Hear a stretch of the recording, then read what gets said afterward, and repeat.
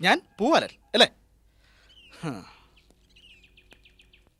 ഒരു പെൺകുട്ടിയെ പരിചയപ്പെട്ട് കഴിഞ്ഞാൽ പിന്നെ അവളുടെ ഫോൺ നമ്പറും തപ്പിയെടുത്ത് കുറേ പഞ്ചാര ഡയലോഗുകളും കാണാതെ പഠിച്ച് അത് ഫോണിലൂടെ ഛർദ്ദിച്ച് അവരെ വളച്ചെടുക്കുന്ന ഒരു തരം ചീപ്പ് ടിപ്പിക്കൽ പൂവാലൻ. കഷ്ടമായിപ്പോയി മോനെ, വളരെ കഷ്ടമായിപ്പോയി. ആദ്യ കൂടിക്കാഴ്ചയിൽ തന്നെക്കുറിച്ച് എനിക്കൊരു മതിപ്പുണ്ടായിരുന്നു. അത് അപ്പാടെ മാറി. താൻ മാറ്റി. എല്ലാവരെയും ഒരേ അളവുകോലും ഉപയോഗിച്ച് അളക്കുന്നുള്ള കുഴപ്പമിത്. മുൻവിധിയുടെ കുഴപ്പം. പിന്നെന്തിനാ ഫോൺ ചെയ്തിട്ട് നിന്ന് വിക്കിയത്? അതൊരു കള്ളലക്ഷണമല്ലേ? ഇതാണ് തെറ്റിദ്ധാരണ. പക്ഷേ സത്യം എത്രയോ ഡിഫറെൻ്റ് ആണ്. ക്യാമ്പസിൽ വെച്ച് ഷൂട്ടിംഗ് നടന്നപ്പോൾ സംവിധായകന്റെ മുമ്പിൽ നിന്ന് ഞാൻ ചമ്മന്നത് താനും ഫ്രണ്ട്സും കണ്ടതല്ലേ. അത് ഒഴിവാക്കാൻ വേണ്ടി ഇനി ഷൂട്ടിംഗ് കാണാൻ താൻ വരണ്ടെന്ന് തന്നോട് പറയാൻ വേണ്ടി ഞാൻ ഫോൺ ചെയ്തത്. പക്ഷേ തൻ്റെ ശബ്ദം കേട്ട് കഴിഞ്ഞപ്പോൾ അക്കാര്യം പറയണോ പറഞ്ഞാൽ താൻ തെറ്റിദ്ധരിക്കുമോ എന്നൊരു കൺഫ്യൂഷൻ. ഷൂട്ടിംഗ് കാണാൻ വരുന്നതും വരാത്തതൊക്കെ ഓരോരുത്തരുടെ പേഴ്സണൽ താല്പര്യമല്ലേ. അതിൽ മറ്റൊരാൾ തലയിടാൻ പാടുണ്ടോ എന്നൊരു തോന്നൽ. അവസാനം കൺഫ്യൂഷൻ കൂടിയപ്പോൾ പദർശ്യം കൂടി. അത്രേ ഇവിടെ സംഭവിച്ചിട്ടുള്ളൂ.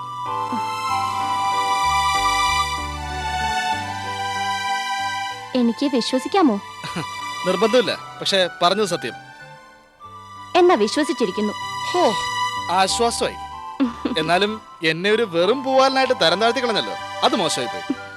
സോറി വിശാൽ, ഞാൻ ഈ ഒരു പ്രാവശ്യത്തേക്ക് ഞാൻ ക്ഷമിച്ചിരിക്കുന്നു. പക്ഷേ ഇനി ഇത് ആവർത്തിച്ച നമ്മുടെ ഫ്രണ്ട്ഷിപ്പ് പിരിയും. ദേഷ്യത്തെക്കാൾ എന്റെ മനസ്സിൽ വേദനയായിരുന്നു. എന്തിന്? ഒരു ബെസ്റ്റ് ഫ്രണ്ടിനെ നഷ്ടപ്പെടുമെന്നുള്ള വേദന. ശുദ്ധമായ ഫ്രണ്ട്ഷിപ്പിനിടയിൽ പ്രേമം കയറി വരാൻ പാടില്ല. അതോടെ ആ സൗഹൃദം തകരും. അതുകൊണ്ടാ ഞാൻ ഇത്ര ഇമോഷണൽ ആയത്.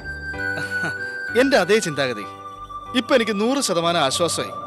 പരസ്പരം എല്ലാം നമ്മൾ പറഞ്ഞ് ടെൻഷൻ ഒഴിവാക്കിയല്ലോ. താങ്ക്സ്. വരട്ടെ.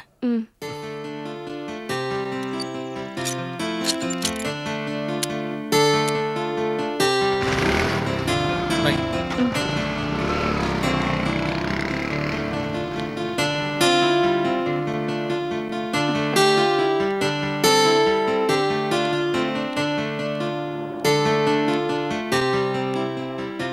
യമുന,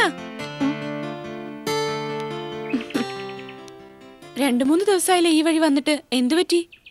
ആരുടെ കാര്യാ നീ ചോദിച്ചേ? നിന്റെ ആ സബ് എഡിറ്റർ അല്ലാതാരാ? എന്റെ സബ് എഡിറ്ററോ? എന്റെ സബ് എഡിറ്റർ അല്ല, യങ് കേരള എന്ന വീക്കിലിയുടെ സബ് എഡിറ്റർ. കേട്ടോ? ഇനിയെങ്കിലും പറയുമ്പോൾ തെറ്റിപ്പോണ്ട. പക്ഷേ എനിക്ക് ചെറിയൊരു സംശയമുണ്ട്. യുദ്ധം പാടില്ലെന്ന് പറയുന്നവർ തന്നെ യുദ്ധം ചെയ്യുന്നില്ലേ?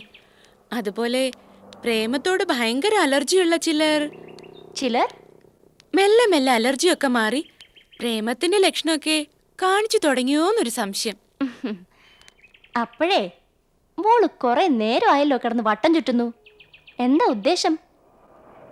പറയാനുള്ള കാര്യങ്ങള് നേരെ ചൊവ്വേ അങ്ങ് പറഞ്ഞൂടെ എന്താ ചായത്തി? എന്നെ പറ്റിയാണ് സംശയമെങ്കിൽ ആ സംശയം ഇപ്പോഴേ മനസ്സിൽ നിന്ന് മാറ്റിയേക്ക്. അപ്പോ അയാൾ വേറെ ഒരു ഫ്രണ്ട് മാത്ര?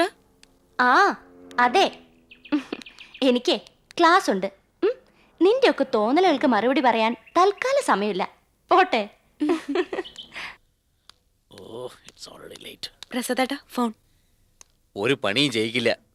ഹലോ, അതെ. എന്താ ജെയിംസ്, ലീവോ? ഈ മാസത്തിൽ 2ാമത്തെ ലീവ് എടുപ്പാണല്ലോ. വൈഫിന് പനിയാണെങ്കിൽ ഡോക്ടറെ കാണിച്ചാൽ പോരെ? ഒരു 15 മിനിറ്റിൻ്റെ കാര്യമല്ലേ ഉള്ളൂ. നമ്മുടെ ഓഫീസിന് അടുത്ത് തന്നെ ഉണ്ടല്ലോ ഡോക്ടർമാർ 3 പേര്. ഓ, സെന്റിമെന്റ്സ്. ആവശ്യമില്ലാത്ത ശീലങ്ങളാ. അല്ല, ഞാൻ പറഞ്ഞത് ഒരു ചെറിയ പനിക്ക് വേണ്ടി ഒരു ലീവ് വേസ്റ്റ് ആക്കണ്ടെന്നാ.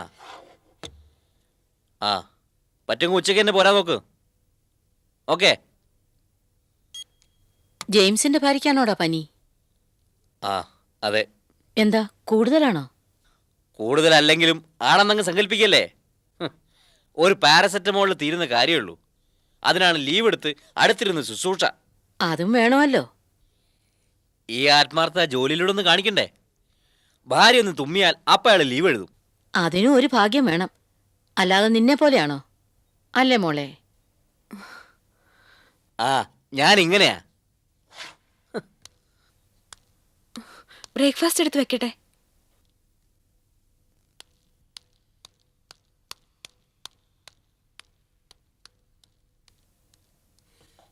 പ്രസാദേട്ടന് ദേഷ്യമായിന്ന് തോന്നുന്നു.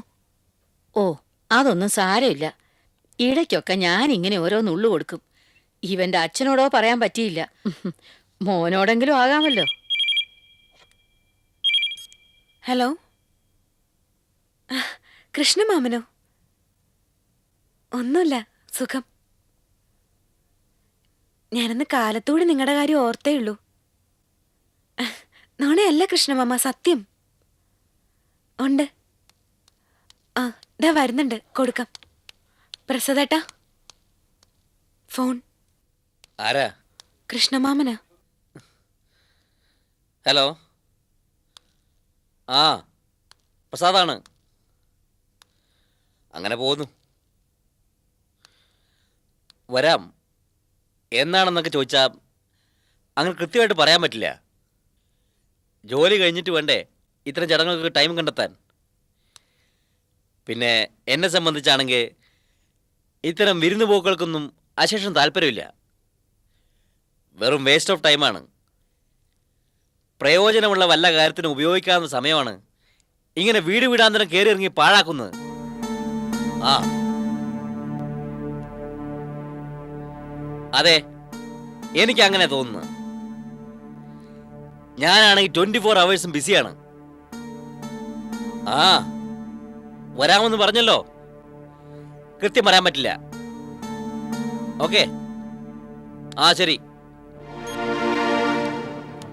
നീ എന്ത് വർത്തമാനമാ പ്രസാദേ ഈ പറഞ്ഞേ? അങ്ങേർക്ക് എന്തു തോന്നിക്കാണും? എന്ത് തോന്നിയാലും പ്രശ്നമല്ല. എനിക്ക് ശരിയെന്ന് തോന്നിയത് ഞാൻ പറഞ്ഞു. സുമിത്രയുടെ മാമനല്ലേടാ? അല്ലെന്ന് ഞാൻ പറഞ്ഞില്ലല്ലോ. എന്ന് വെച്ച് ഞങ്ങൾ ഈ വിരുന്നിന് കൃത്യമായി എന്ന് വരും, എങ്ങനെ വരും, എപ്പോ വരും, അങ്ങനെ കൃത്യമായിട്ടൊന്നും പറയാൻ പറ്റില്ല. ഈ വിരുന്ന് പോക്ക് മാത്രമല്ലല്ലോ എന്റെ ജോലി. രാവിലെ വെറുതെ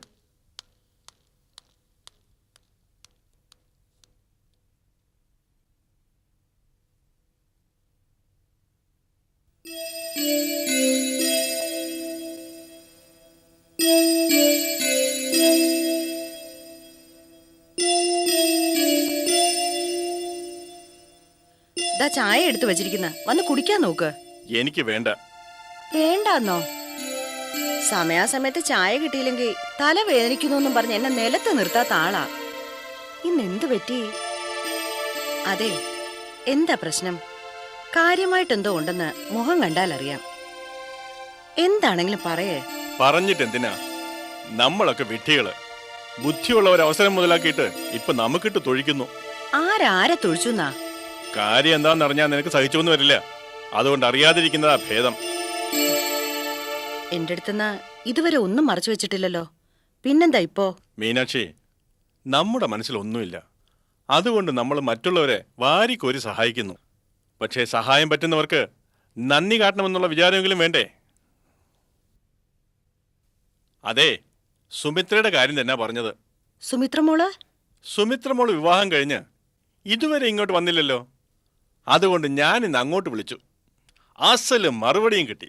സുമിത്ര ചേട്ടനോട്? അവളൊന്നും പറഞ്ഞില്ല. പക്ഷെ അവളുടെ ഭർത്താവ് ശരിക്കും പറഞ്ഞു. വളരെ തിരക്ക് പിടിച്ച ജോലി അയാൾ ചെയ്യുന്നത്, അതുകൊണ്ട് വീട് വീടാന്തരം കയറിയിറങ്ങാൻ അയാൾക്ക് നേരമില്ലത്രേ. നമ്മളൊക്കെ തിരക്കില്ലാത്ത മനുഷ്യരല്ലേ. പ്രസാദ് അങ്ങനെ പറഞ്ഞോ? അല്ല, ഞാൻ ഊഹിച്ചു പറഞ്ഞതാ. എന്നാ അതിന്റെ കാരണം എനിക്കറിയണമല്ലോ.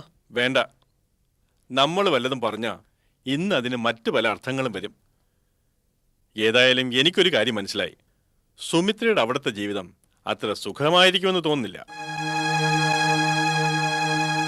പൊന്നാണെന്ന് കരുതി ശങ്കരേട്ടൻ കണ്ടെത്തിയ ചെറുക്കൻ അത്ര നല്ലവനൊന്നുമല്ല. ആരോടും ആലോചിക്കാതെ കൂട്ടുകാരന്റെ പെങ്ങടെ മോന് പിടിച്ചു കൊടുത്തതല്ലേ?